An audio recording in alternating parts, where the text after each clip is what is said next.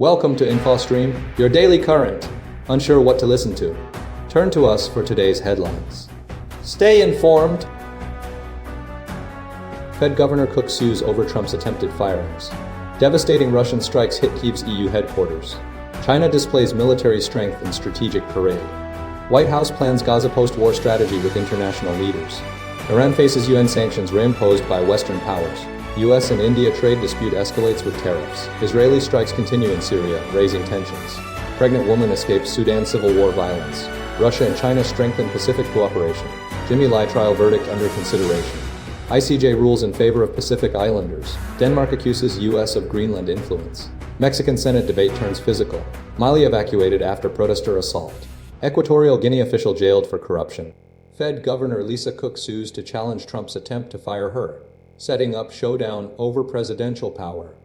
Federal Reserve Governor Lisa Cook has initiated a legal challenge against President Donald Trump's attempt to remove her from her role on the board, a move that raises significant questions about presidential power and the independence of the Federal Reserve.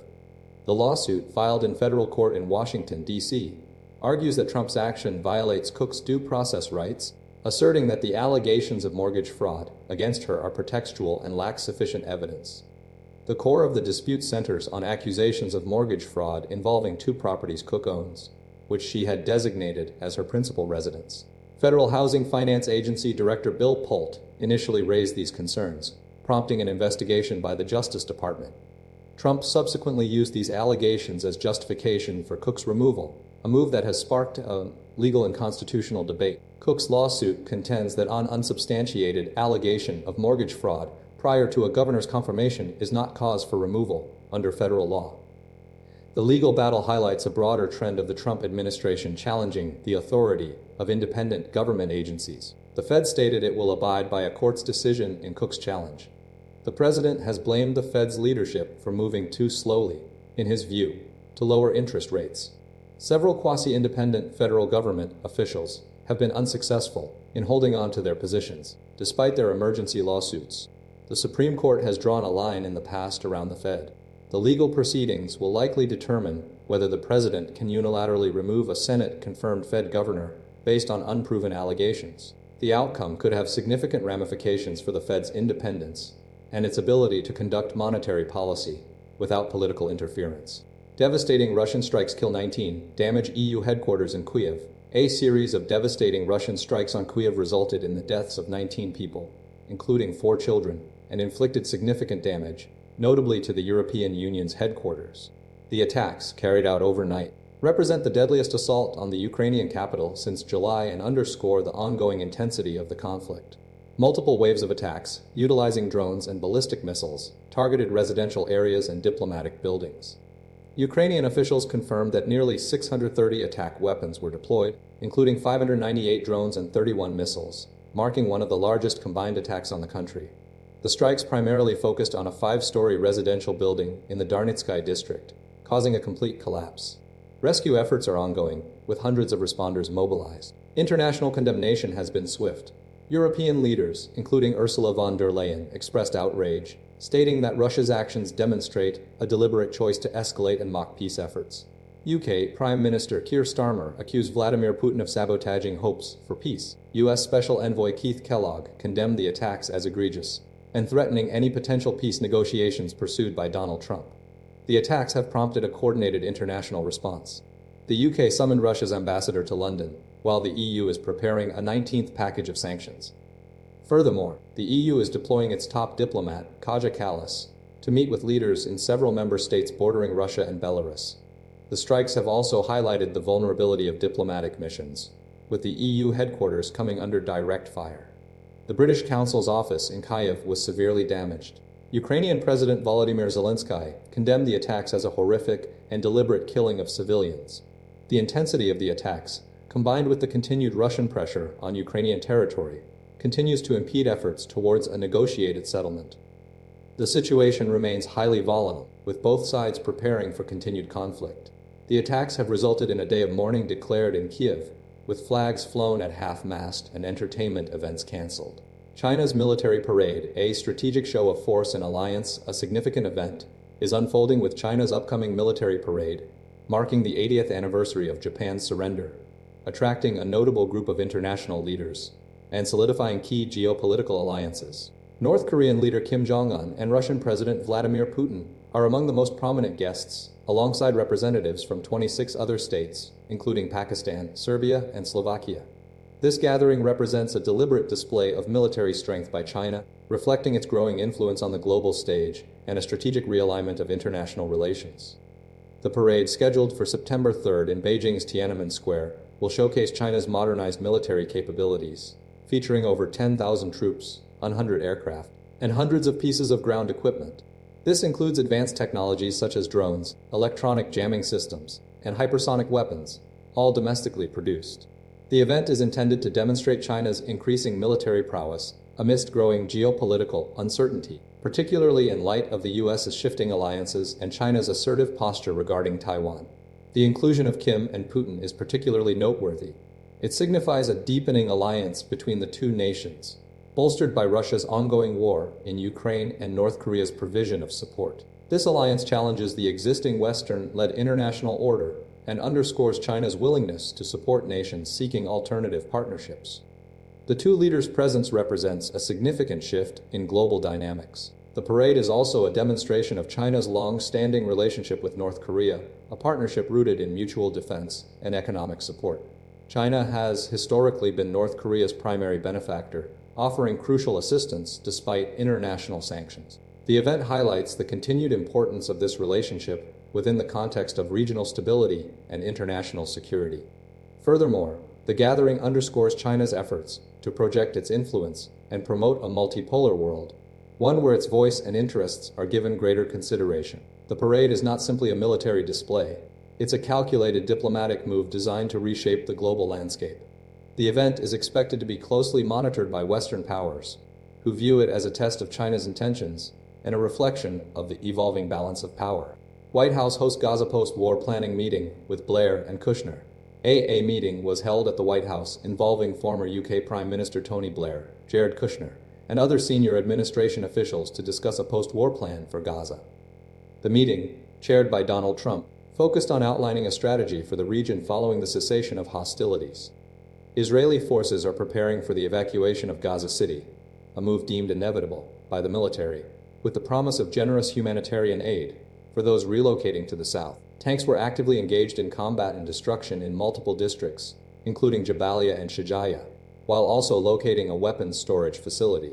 Jared Kushner, Trump's son-in-law and a key advisor, has been quietly advising the administration on Middle East issues since Trump's return to office. He is central to discussions regarding the future of Gaza, focusing on rebuilding efforts and governance. Kushner's extensive relationships within the region, cultivated during his time as a chief negotiator, are being leveraged in the planning process. The meeting aimed to establish a comprehensive plan for Gaza's future, though the specific details remain largely undisclosed. The White House emphasized Trump's desire to end the conflict and foster peace and prosperity in the region. The U.S. and Israel are united in their assessment that Hamas can no longer control Gaza once the war concludes, raising questions about security and basic services provision. Trump initially proposed a radical plan involving a U.S. takeover of Gaza, removal of its residents, and redevelopment into a Middle Eastern Riviera, a proposal that generated considerable shock. However, this idea has been largely sidelined. Kushner has been actively involved in negotiations with Arab leaders, utilizing his established relationships. The meeting's length was described as large, reflecting the scope of the challenges involved in shaping the post-war landscape of Gaza. The White House offered no further details at the time of the report. Iran nuclear snapback. Western powers moved to reimpose UN sanctions. That Western powers, led by the UK, France, and Germany, the E3, have initiated a process to reimpose United Nations sanctions on Iran's nuclear program, escalating tensions surrounding Tehran's activities. This action, triggered by what the E3 deems clear and deliberate non-compliance with the 2015 nuclear deal, utilizes the snapback mechanism built into the agreement. The move follows recent Iranian actions, including the enrichment of uranium to near military-grade levels, which Western powers view as a significant threat to international peace and security. The E3's decision comes after a period of stalled talks between Iran and the United States, punctuated by U.S. military action targeting Iranian nuclear sites and subsequent restrictions on access for the International Atomic Energy Agency, the IAEA. Years prior, Donald Trump's withdrawal from the 2015 deal and the reinstatement of nuclear-related sanctions crippled Iran's economy, prompting a retaliatory intensification of its nuclear activities. The snapback provision allows a participant to initiate sanctions restoration if they believe Iran has significantly failed to fulfill its commitments. The E3 have given the UN Security Council 30 days to decide whether to continue sanctions relief or allow it to lapse. They have offered an extension to sanctions relief contingent on Iran meeting specific conditions, but claim Iran has made no substantive effort to comply. The US has welcomed the initiation of the snapback and pledged to work with the E3. Secretary of State Marco Rubio's office stated that the United States remains open to direct engagement with Iran, despite Iran's insistence that its nuclear program is solely for peaceful purposes and not aimed at developing weapons. Western powers remain skeptical. The IAEA and the E3 maintain concerns about the program's potential military applications.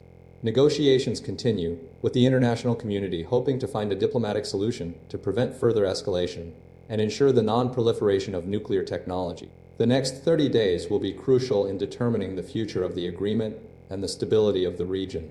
U.S. tariffs on India, a contentious trade dispute. The United States has implemented 50% tariffs on Indian goods, escalating a trade dispute fueled by concerns over India's continued purchases of Russian oil. U.S. trade advisor Peter Navarro has strongly criticized this policy, framing the conflict in Ukraine as Modi's war, suggesting that India's actions are inadvertently supporting Russia's efforts. This assertion reflects a strategic pressure tactic aimed at persuading New Delhi to reduce its reliance on Russian energy sources. India, currently sourcing 35–40% of its crude oil imports from Russia, a significant increase from pre-invasion levels, has firmly rejected the U.S. tariffs, asserting its sovereign right to secure the best possible deals for its 1.4 billion population. The U.S. contends that these tariffs are necessary to disrupt Russia's war funding. However, the U.S. has not applied similar tariffs to China, the world's largest importer of Russian oil, nor to the European Union, highlighting what critics view as a selective and inconsistent approach. Navarro's comments, delivered during an interview with Bloomberg TV, emphasized the negative impact of India's actions on the U.S. economy, arguing that increased tariffs contribute to job losses and higher consumer costs. He further criticized India's perceived arrogance regarding its trade policies. The imposition of the tariffs has triggered a response from the Indian government, which has acknowledged the potential economic challenges, but maintains that the immediate impact on exports is limited. The Indian Finance Ministry has announced plans to mitigate the effects through tax cuts and anticipates that ongoing trade negotiations will prove crucial. Treasury Secretary Scott Bessent expressed optimism about maintaining bilateral ties with India, stating confidence in the long-term relationship between the world's largest democracy and economy. Despite the escalating tensions and the cancellation of planned trade talks, both sides remain committed to finding a resolution, with India continuing to be a vital strategic partner in the Indo-Pacific region. The situation underscores a complex interplay of geopolitical considerations and economic interests, posing significant challenges for both nations. Israeli strikes continue in Syria amid ongoing tensions. Recent weeks have witnessed a sustained escalation of Israeli military operations within Syria, resulting in the deaths of 6 Syrian soldiers and numerous reported attacks across the country. These actions, primarily conducted through airstrikes and, in one instance, an airborne landing, are rooted in Israel's ongoing concern regarding the potential flow of weapons to extremist groups. The Israeli military has maintained a policy of silence regarding specific details of its operations, with Defense Minister Israel Katz emphasizing a continuous, round-the-clock effort to safeguard Israel's security. The most recent incident occurred on Tuesday, when Israeli forces targeted Syrian troops attempting to address surveillance devices discovered near Al-Kiswa. Subsequently, further airstrikes took place approximately 10 kilometers from Damascus International Fair, where Syria's interim president Ahmed al-Shara was present.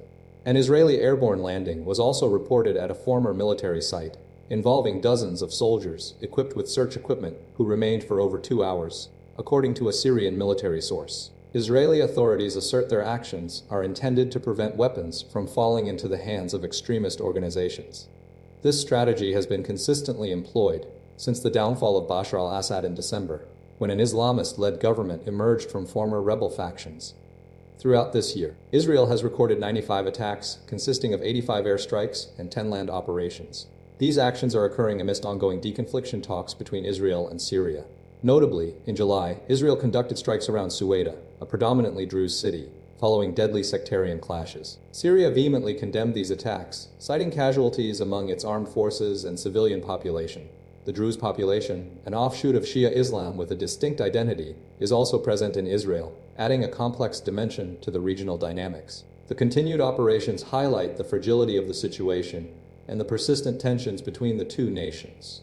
The Sudan Civil War, a pregnant woman's harrowing escape. A pregnant woman, Amira, recounts her terrifying journey through war-torn Sudan, highlighting the brutal realities of the ongoing conflict.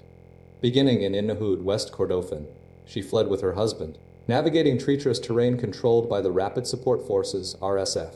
The journey was marked by constant danger, including violent confrontations between Amira's husband and RSF drivers, threats of violence, and the pervasive fear of arbitrary arrest due to suspicion of pro-democracy activism. Amira's travel was characterized by overcrowded, poorly maintained vehicles, frequent breakdowns, and the desperate need for resources. She faced exorbitant prices for food and water, often resorting to drinking from puddles. The RSF exerted control through checkpoints, demanding payments and arbitrarily dictating travel routes. The conflict's impact extended beyond immediate physical danger. Amira's activism and her group's work drew the attention of both the military and the RSF, leading to arrests and intimidation. The journey, spanning over 300 kilometers, took 3 days and involved multiple vehicle changes, culminating in reaching Juba, South Sudan, and ultimately Uganda. Throughout the ordeal, Amira's primary concern was the safety of her family members remaining in Sudan, fearing their potential targeting by both the military and the RSF due to their ethnicity and perceived affiliations. Amira's story underscores the widespread human suffering caused by the conflict, revealing the RSF's disregard for civilian lives and the escalating violence fueled by ethnic tensions. Both sides have denied allegations of war crimes and ethnic cleansing, despite credible reports of atrocities. Amira's experience highlights the immense challenges faced by civilians caught in the crossfire and the urgent need for a lasting resolution to the conflict. She is now awaiting the birth of her child while grappling with immense anxiety and uncertainty about her future and the possibility of returning to Sudan. The situation remains precarious, with continued fighting and the threat of further violence. Russia and China intensify Pacific cooperation through joint submarine patrols. The recent reports confirm the inaugural joint submarine patrol conducted by Russia and China in the Pacific Ocean, marking a significant escalation in military cooperation between the two nations. The patrol, initiated in early August, involved Russian diesel-electric submarines, notably the Volkov, which traversed approximately 2,000 miles originating from its Vladivostok base. The submarines operated within the Sea of Japan and the East China Sea, signifying a strategic focus on these critical waterways. While China has not officially corroborated the patrol, the Global Times, citing Russian reports, highlighted the event as indicative of a high level of strategic mutual trust.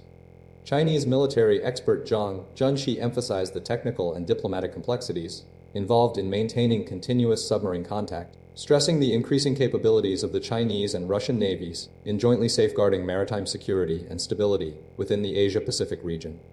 This joint patrol builds upon a pattern of expanded military collaboration between Russia and China over the past several years. Notably, a 2021 circumnavigation of Japan's main island involved a flotilla of 10 Chinese and Russian warships. Subsequent annual joint patrols have continued, with the stated objectives of strengthening naval cooperation, ensuring regional peace and stability, monitoring maritime areas, and protecting the economic interests of both countries. Beyond submarine patrols, cooperation has broadened to include joint air and sea patrols off Alaska, commencing in 2023. A specific instance involved 4 China Coast Guard vessels and 2 Russian Border Guard vessels patrolling the Bering Sea near the U.S.-Russia maritime border. The U.S. Coast Guard is actively monitoring 5 Chinese research ships in U.S. Arctic waters. Furthermore, NORAD has documented regular incursions by Russian surveillance aircraft into the Alaska Air Defense Identification Zone, with 4 flights observed within a single week, though these occurrences have been previously noted in July, April, and February. NORAD maintains that these actions are routine and do not represent a threat, demonstrating a continuous monitoring presence in the region. The increased activity underscores a growing strategic alignment and heightened military presence in the Pacific. Judges consider verdict in Jimmy Lai trial. The trial of Jimmy Lai, the prominent Hong Kong pro-democracy media mogul, concluded with the presiding judges retiring to deliberate on 3 national security charges. Lai, founder of the now-defunct Apple Daily, faces a potential life sentence for sedition and colluding with foreign forces, accusations stemming from his criticism of the Chinese Communist Party. and support for sanctions against China during the 2019 anti-government protests and subsequent events following the implementation of the national security law. Lai pleaded not guilty to the charges, arguing that advocating for freedom of expression and human rights, as well as expressing opinions about governments, is not inherently wrong. His legal team highlighted the trial as a deliberate attempt to undermine fundamental rights. Prosecutors, conversely, portrayed Lai as the mastermind behind a conspiracy to damage Hong Kong and China through lobbying efforts involving U.S. officials, including former National Security Advisor John Bolton and Paul Wolfowitz. The judges, operating without a jury as is customary in Hong Kong's legal system, are expected to take several weeks, potentially months, to reach a verdict. They are examining a substantial amount of evidence, including testimony regarding Lai's interactions with U.S. figures. The Chinese embassy in Washington and the Hong Kong government have repeatedly cautioned against external interference in the judicial process. During the trial, Lai's health became a significant concern, prompting adjournments to administer medication and monitor his condition with a heart monitor. Medical professionals were present in court to ensure his well-being, and the government affirmed that he was receiving adequate medical care. The case represents a critical test of Hong Kong's legal system and the broader implications of Beijing's national security crackdown, highlighting the ongoing tensions between pro-democracy voices and the Chinese government's authority. The U.S. president has repeatedly vowed to do everything I can to save Lai. The ICJ's landmark climate ruling, a victory for Pacific Islanders and the global justice movement, the International Court of Justice, AICJ, delivered a pivotal decision in July 2025, fundamentally altering the legal landscape surrounding climate change.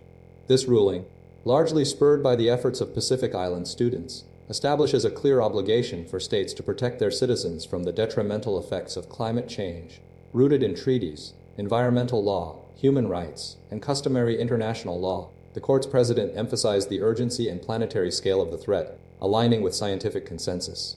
The genesis of this historic outcome lies with the Pacific Island students fighting climate change, PISFCC, initially led by Solomon Yeo and Cynthia Hauniuhi from the Solomon Islands, alongside Vishal Prasad from Fiji, Siosio Vaikun from Tonga, and others. These students, operating on limited resources and facing numerous obstacles, including visa restrictions, conceived of a strategy to bring the issue to the highest court. Their innovative approach, coupled with the unwavering support of Vanuatu's then Foreign Minister Ralph Rajenvanu, proved instrumental. The PIFCC's tactics, including courtroom celebrations as watch parties and incorporating song and dance, distinguished their campaign from traditional diplomatic approaches. They built a global coalition encompassing Caribbean allies and youth activists, even advocating for financial reparations. This movement demonstrated a strategic shift, uniting diverse voices and prioritizing intergenerational demands for recognition and dignity. Prior attempts to bring climate justice to The Hague had previously failed due to a lack of political backing. The ICJ's ruling signifies a significant step beyond mere pledges, solidifying climate obligations within international law. The decision's influence extends beyond the ICJ itself, mirroring similar conclusions from the International Tribunal for the Law of the Sea and the Inter-American Court of Human Rights, which have also recognized the right to a healthy climate as a human right. Furthermore, the ICJ's opinion is not legally binding in the traditional sense, but it serves as a powerful catalyst for change. It shapes norms for courts, lawmakers, and activists worldwide, amplifying the tools of transnational litigation, and is already expected to influence domestic cases, such as Greenpeace's lawsuit against Guinea. The evolution of climate justice from a slogan to a legal standard represents a burgeoning global legal system, defined by the union of primary and secondary rules, marking a potential happy ending for international law. The subaltern finally spoke, and the world's highest court listened, recognizing the transformative potential of international law. Denmark confronts U.S. over alleged Greenland influence operation. Tensions escalated between Denmark and the United States following reports of covert American operations within Greenland, a semi-autonomous territory of Denmark. Denmark's Foreign Minister Lars Løkke Rasmussen summoned the U.S. chargé d'affaires, Mark Stroh, to Copenhagen in response to these allegations, emphasizing that any interference in Denmark's internal affairs would be unacceptable.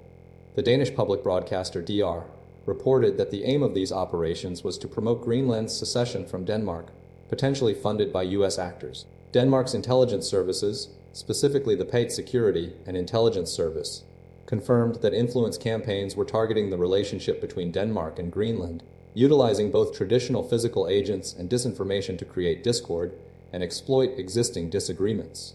PEDI has bolstered its presence in Greenland and enhanced cooperation with local authorities to combat these threats.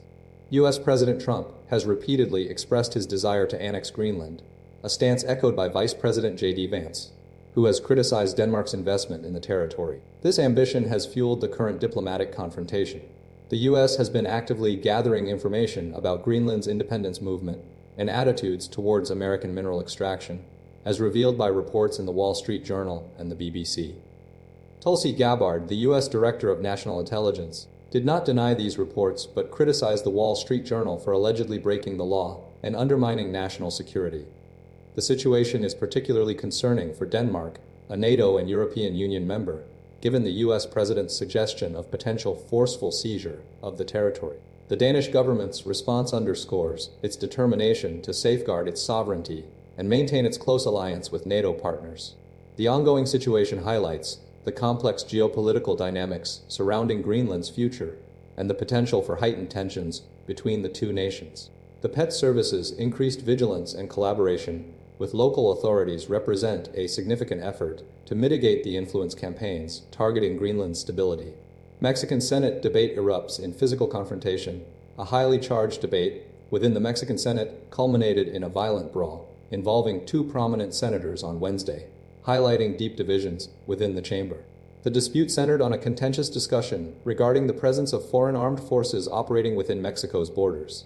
Senator Alejandro Moreno, representing the Institutional Revolutionary Party, PRI, initiated the confrontation by aggressively demanding the opportunity to speak during the debate. His actions triggered immediate physical altercations with Gerardo Fernández Noroda, the president of the Senate.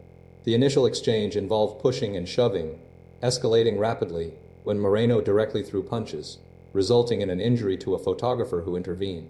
The atmosphere had been increasingly tense throughout the debate, fueled by differing perspectives on the sensitive issue of foreign military involvement.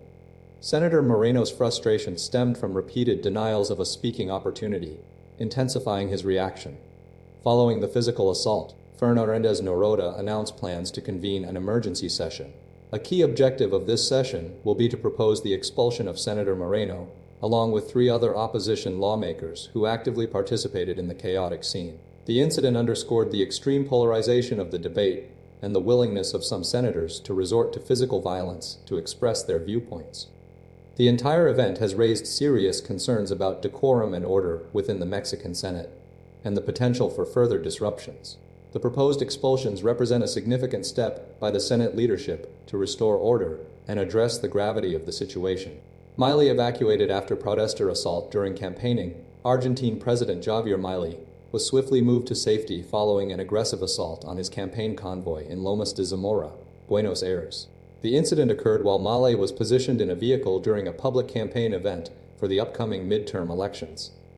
Protesters, identified as opponents of the president's radical economic policies, launched a coordinated attack, throwing rocks and bottles at the motorcade. At least one rock struck the vehicle's hood, prompting immediate action.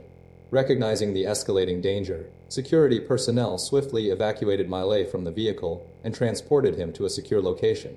Reports indicate that skirmishes erupted between supporters and opponents of the president, with a significant level of animosity present.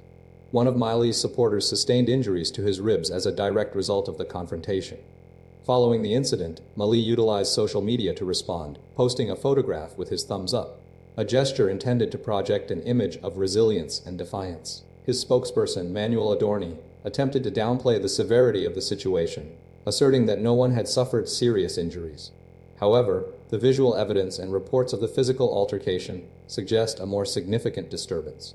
The attack highlights the deeply polarized political climate in Argentina, fueled by Milei's controversial proposals and the strong resistance from traditional political factions. The incident underscores the potential for unrest and violence surrounding the upcoming elections and represents a direct challenge to Milei's leadership. The immediate focus is on assessing the full extent of the damage and investigating the circumstances surrounding the attack, with security measures likely to be heightened in the coming days. The event is expected to fuel further debate and scrutiny of Milei's policies and his approach to governance. Equatorial Guinea official jailed for embezzlement and scandal fallout. Baltasar Ibang Nganga, a nephew of Equatorial Guinea's long-serving president Teodoro Obiang Nguema, has been sentenced to 8 years in prison following a conviction for embezzlement. The former head of the National Financial Investigation Agency was found guilty of diverting funds for personal use. This case is inextricably linked to a high-profile sex tape scandal that emerged last year, significantly impacting his career and political aspirations. Ngonga, known as Bello due to his appearance, gained notoriety after leaked videos depicting him engaging in sexual activity with multiple women, many of whom were wives or relatives of influential figures within the country's power structure. The scandal occurred during his detention, where he was accused of depositing a substantial sum of embezzled money into offshore accounts in the Cayman Islands. Alongside Ngonga, 5 other officials were also convicted for falsely claiming travel allowances, with amounts ranging from $9,000 to $220,000. The leak of the videos was strategically timed, seemingly intended to undermine any potential ambitions of Ngonga to succeed his uncle as the world's longest ruling president, who has held power since 1979 alongside his son, Teodoro Obiang Meng, as vice president. Following his arrest and subsequent public humiliation, Ngonga's phones and computers were seized, leading to the circulation of dozens of the intimate videos online.